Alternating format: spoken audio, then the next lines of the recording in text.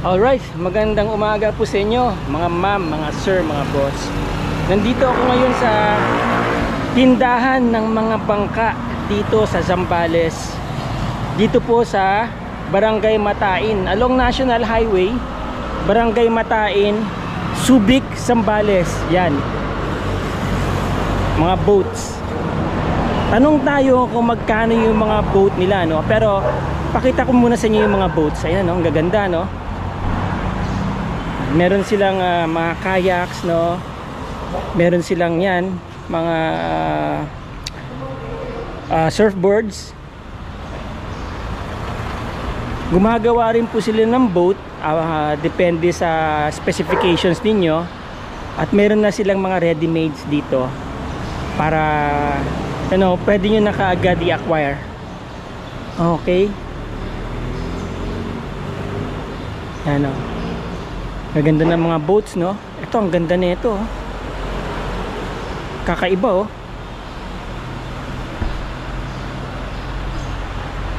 Oh.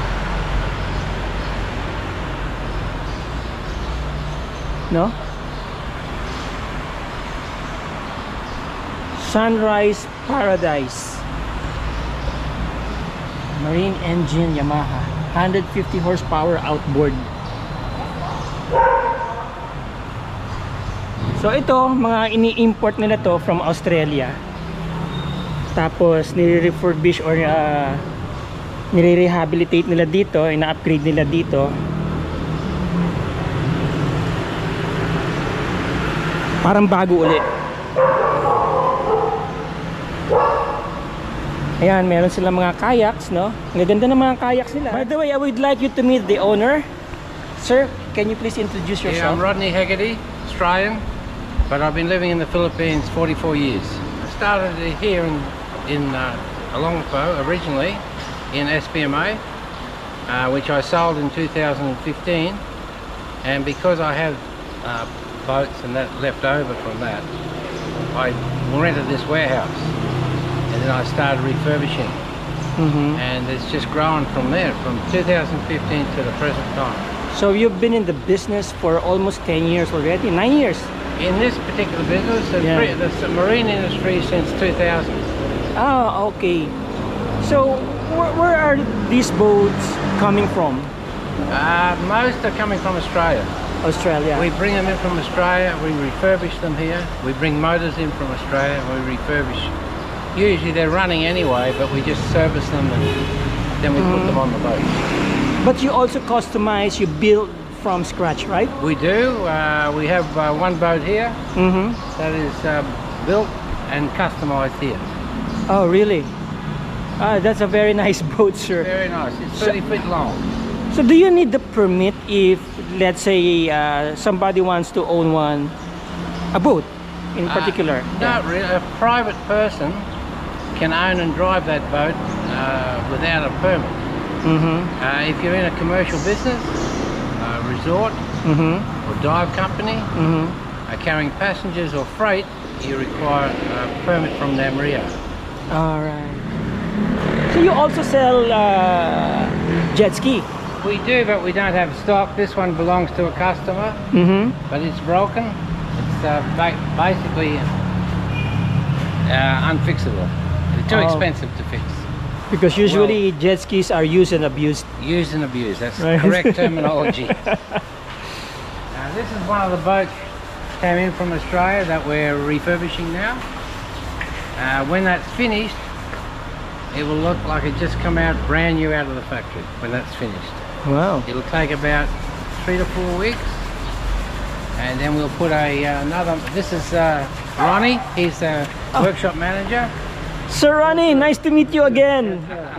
Siya po yung masterpiece. So Ronnie is responsible for all the boats that are finished, which you filmed earlier.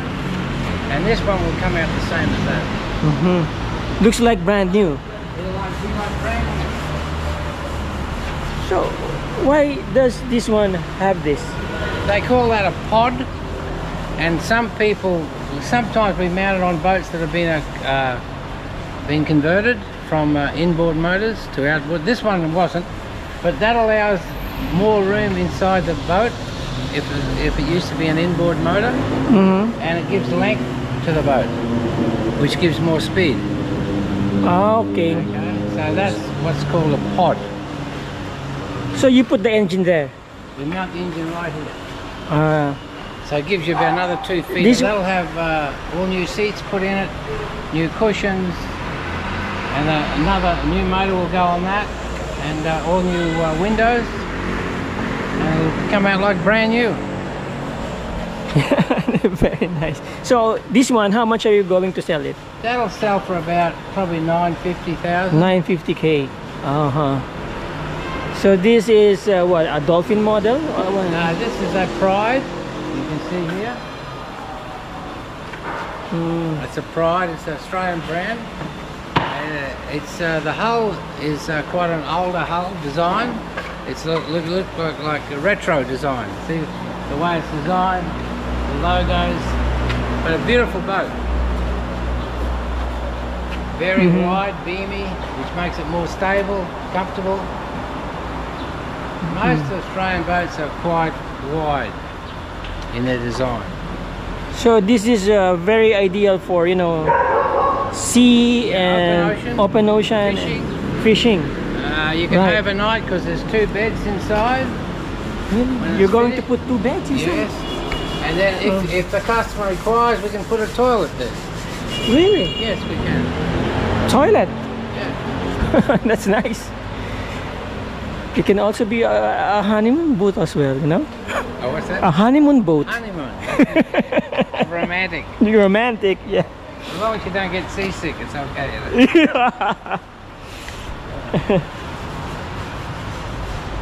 Have you seen our kayaks already? Yeah, the kayaks, yeah. They're very popular. Yes. So I was thinking, I just like what I said, I was thinking of, you know, bringing kayaks into the Mapanuepe Lake. Yeah, it'd be a great idea. There is no kayak there. I haven't seen any kayak there yet. It'd be a great idea. I'm thinking of investing into some kind of venture You with need the to local make folks sure there. that they'll let you do it. That's the thing. With Yeah, that's the thing. permission, you know? The permit and everything. But it'd be crazy if they didn't, because it's a big asset for them too. Because you Yeah, need activities. it will draw tourists Yeah, you in the need place. you've got to give people something to do. And the kids, they get bored. Yeah, So that's you right. give them something, they can paddle around that for a few hours. Yeah, even the adults. you know. Yeah, exactly. Who wouldn't want to do kayaking in Mapanuepe Lake? Correct. Exactly. Right? So guys, that's just to give you an idea. Anyway, thank you, Sir Rodney, for your time. Thank you for touring me around here with these beautiful boats here. We also have a surfboards section, which we That one? we import from Australia, surfboards and equipment. Yeah, how much is that surfboard then? Well, that's a stand-up paddleboard, and they're on special actually. That's 30,000, less 30%, so you're getting it for around 20,000. That one's 45, so you get it for about 30,000. But they're all brand new. All the boards you see here are brand new, except that one. Surfboards. You have the long boards and the short boards, depending on the person who wants to go surfing, you know. So this is quite, you know, expensive than others, 93,000. Maybe that's high end. That's a stand-up paddleboard. Okay, that's been reduced by 30%. Yeah, but they're solid. They're not soft. They're full solid board. They're Unlike this one, that's what they call a soft top. soft top. Yeah. Do you also sell? See, that's the hard. Do you also sell a board with the, you know, what do you call that? With The wakeboard. No, we don't have them. okay. Inside we have all our accessories. You have all the accessories here. All the straps. That's for the top of the board, so you don't slip. Mm-hmm. Okay.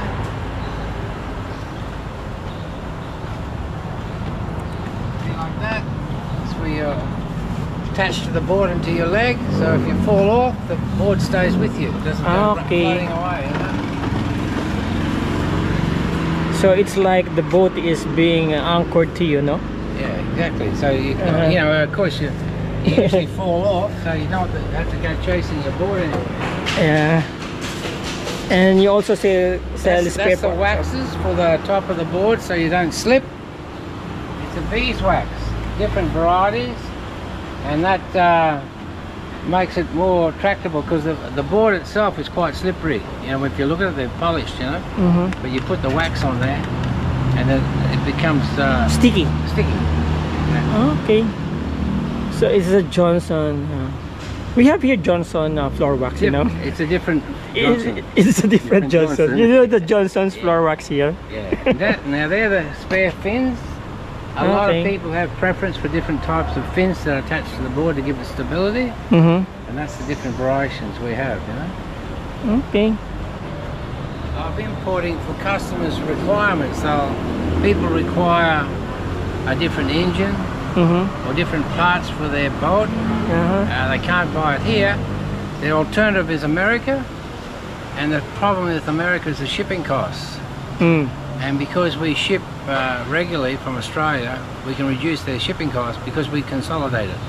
Okay. So instead of you having to buy a motor that weighs 300 kilos in a box, it's very expensive as broken cargo. But if if we can add it to our cargo, it's much cheaper to ship it. I see. You still got to pay your duties and taxes and that, but the shipping cost is much cheaper. Coming from Australia. Yes. Only because we do it already. We do 3 to 4 containers a year from Australia, and there's usually small spaces in the containers that fits amongst the boats. So if a customer wants his motorboard in, or he wants some rigging board in for his sailboat, we can always accommodate him. Oh, okay. But the saving is in the freight. All right. Nice. Nice. So So we do a bit of everything. yeah, you do a bit of everything. Very flexible. And very, you know, inexpensive. Very Compared it is. compared to other exactly. yeah. Exactly. So sir, thank you very much for Thank your you. time. No problem. And is there anything else we want to tell our viewers? You No, know? that's about it. But Invite them to come over. invite them to come over to Subic. We ship all over the Philippines. If we require a boat to be delivered, we can deliver it anywhere in the Philippines for them. Of Okay. course, they'd have to pay extra for that, but we can accommodate them for that, you know. Yeah. And we have also the servicing for the outboard motors. We can send our guy anywhere in the Philippines, and which is quite important, you know. True. Even for Saves you the hassle from, you know. even the customer that doesn't buy from us, he has a problem with his engine somewhere in the province, particularly in the outlying islands. Well, we can always send our guy there to help him out, you know. All right. Yeah, so we do all that sort of stuff, you know. Yeah. All right. So that's it. Thank you. All right, sir. See you again. Again, thank you very much and see you again. All right. Thank you. So yun, nag-start si Sir dito sa negosyo na to way back 2015, ano. And then ini-import nila to mga boats nila from Australia. Gumagawa rin sila ng mga boats. Ngayon may tatanungin tayo, kausapin natin yung manager. Busy na. Siya po ang manager ng ano po pangalan ng company niyo, ma'am? RDH Marine Boat Sales INC. Yeah, and you are I'm Alena Marine. Sales manager. sales manager. Ma'am, pwede nyo ba akong i-walk through dito sa mga boats na tinitinda ninyo? Dito natin simulan. Ang ganda kasi nito, eh. Oh. Yes, Oo. this is a dive boat. Actually, customized to any client. Aha. So we can also customize it. It's a 30-feet boat. Ayan po siya. 30 feet. So, anong difference niyan sa, let's say, ordinary boats na kagaya nito? Ito po kasi naka-design siya as a dive boat. Dive boat. So, we will build yung mga para sa tanks. Aha. Like, unlike dito, parang seating ano lang siya. Pero ito rin po is possible din siya maging dive boat. Pwedeng i-convert. Yes. Halimbawa, ano bang meron dito sa mga light dive boats na to? Well, ito po, meron siya mga tanks para sa ano nila. Pero, ayan. Ano po ito, ongoing ma'am? pa lang kasi yung... Lalagyan ng mga tanks? Yes po. Okay. Ilang ang pwedeng sumakay na divers dito? Hanggang maximum po nito is hanggang 15. 15 na divers. Kasama na yung mga equipment nila, mga diving equipment. Oh, alright. Ano po ang engine nito? Ano ang specs ng engine? Well, ang engine po na i-mount namin dito is 150 horsepower. 150 Since horsepower. malaki kasi yung boat, kaya kailangan din ng malaking engine. Mhm. Meron din po bang auxiliary engine yan? Let's say, parang Well, yan. depende po sa client kung gusto nila. Pero normally, yung mga ibang client, gusto nila ng auxiliary. Auxiliary. Yes. So, Usually, ano po yung auxiliary? Anong horsepower? auxiliary is mga nasa 30 horsepower. Pang emergency lang. Yes.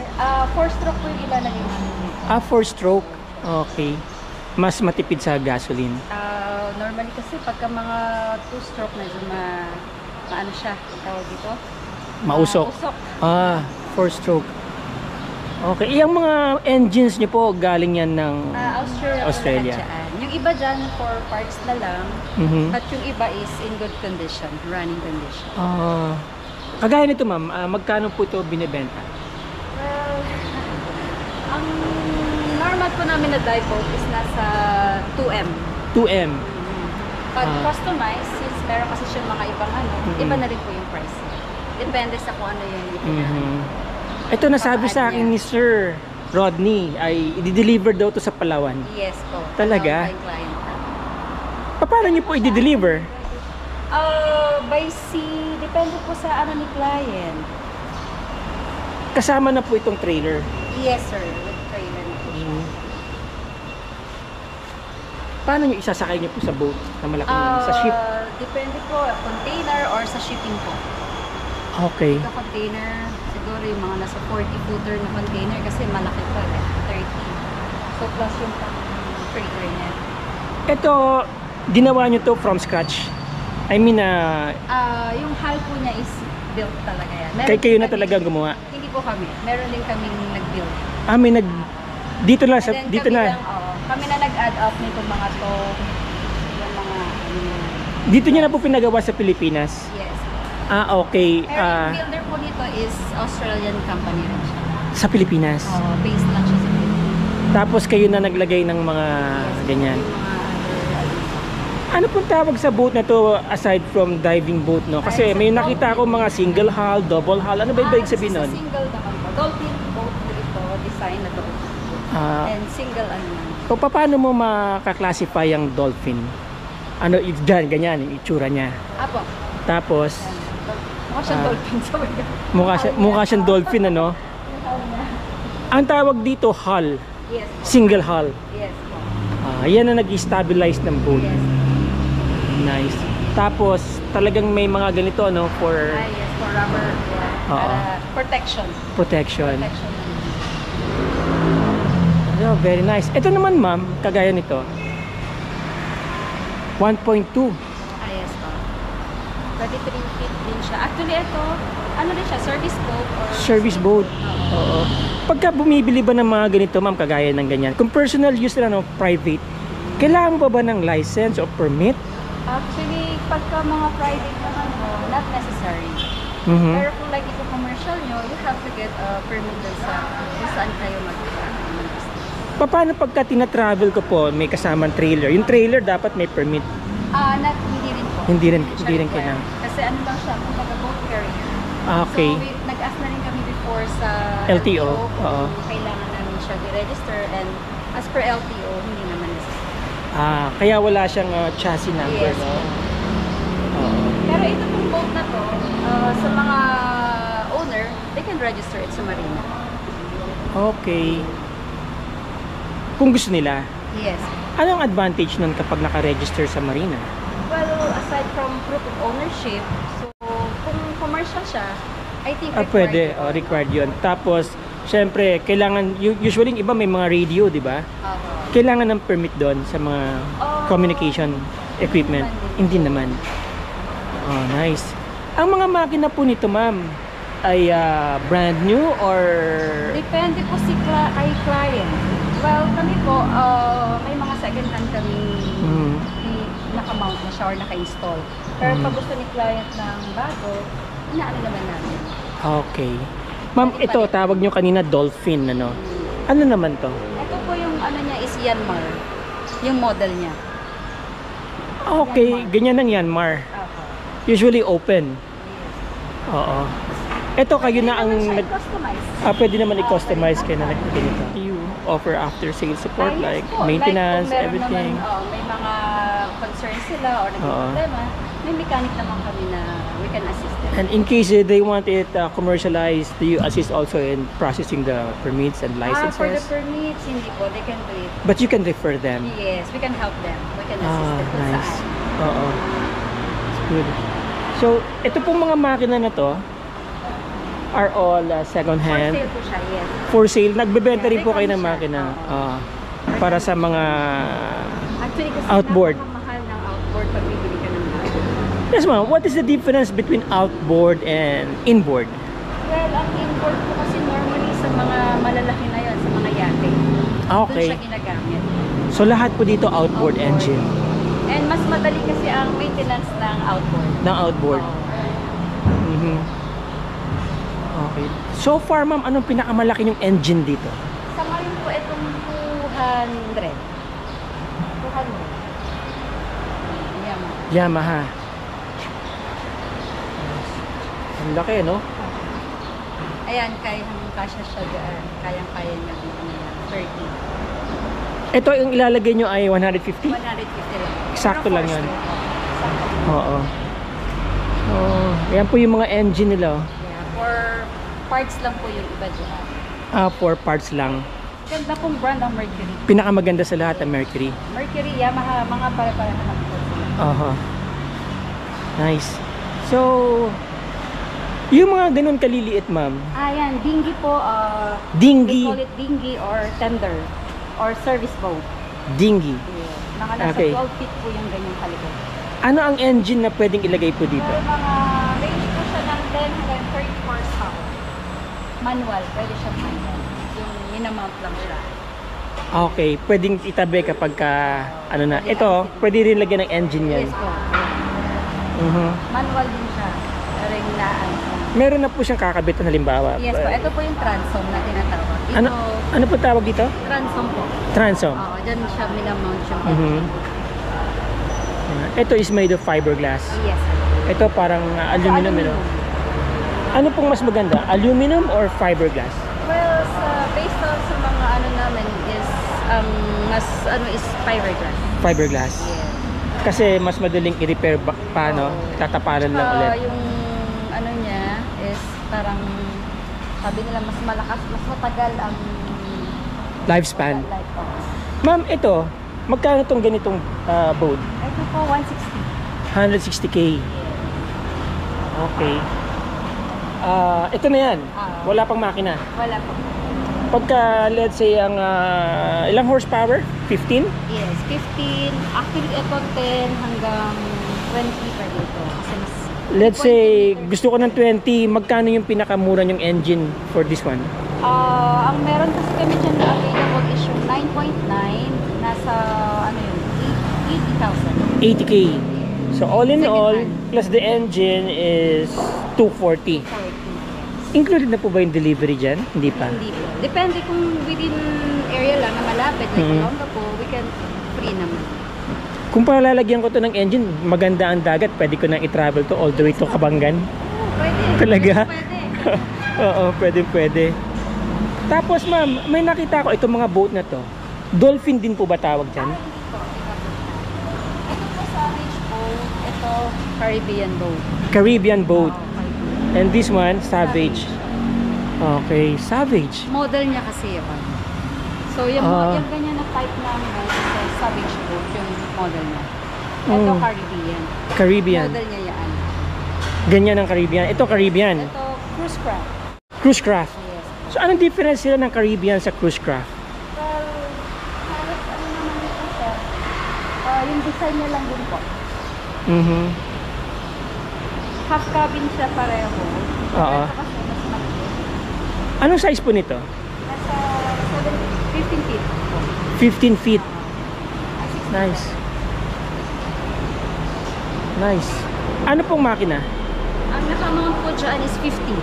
Hanggang gaano kalaki ang makina na pwedeng install Possible dyan? naman po na 70. 70. Dito po, cruise boat. Ang cruise boat, mas malapad, ano? Cruise craft, yes. Mas malapad. Mas malaki po yan. Mas malaki. Okay.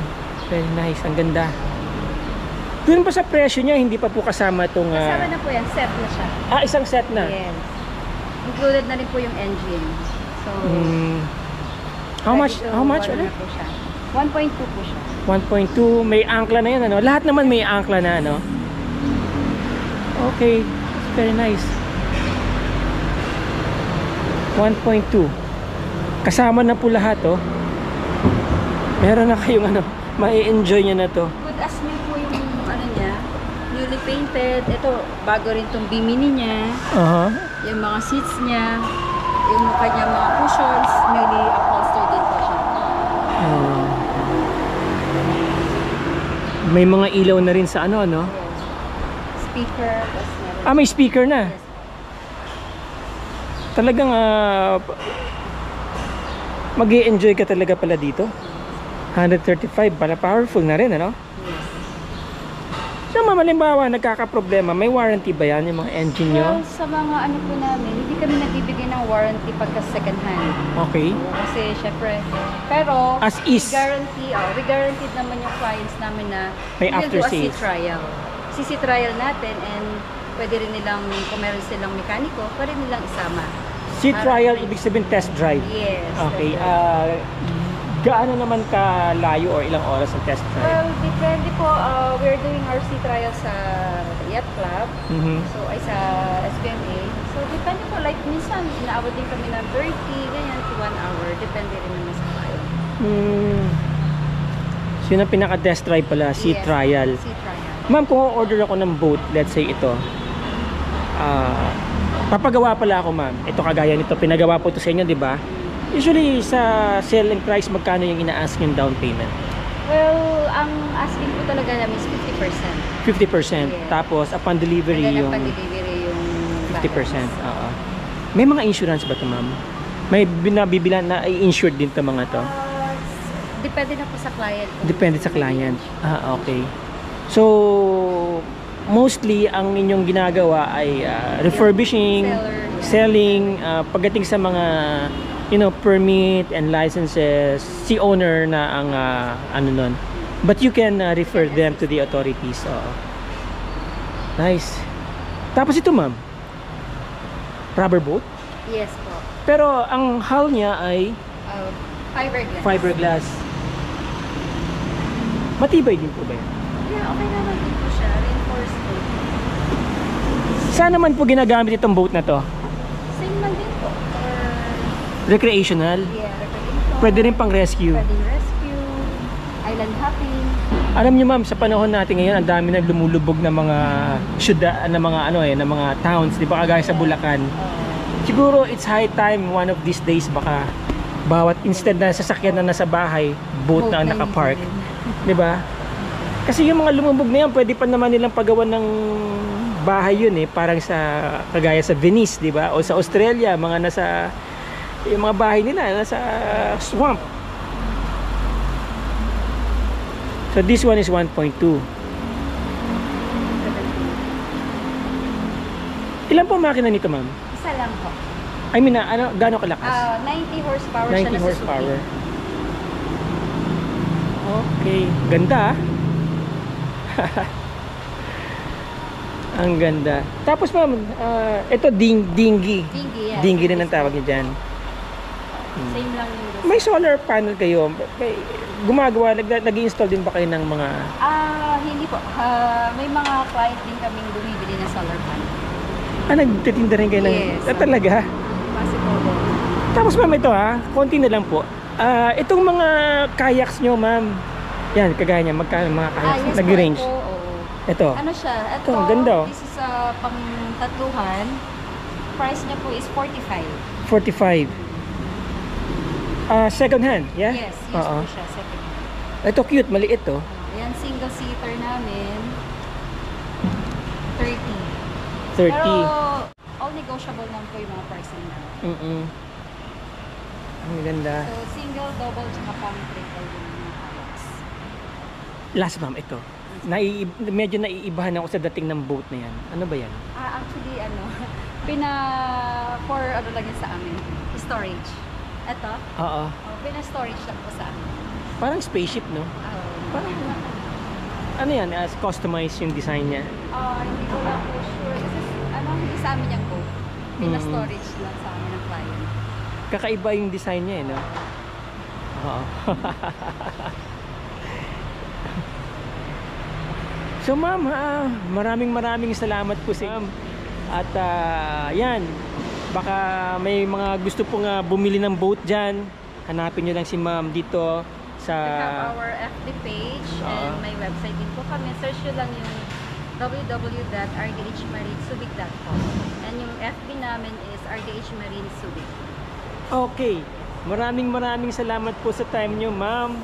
And again, hopefully mabisita nila itong place nyo one day. Salamat po. Okay.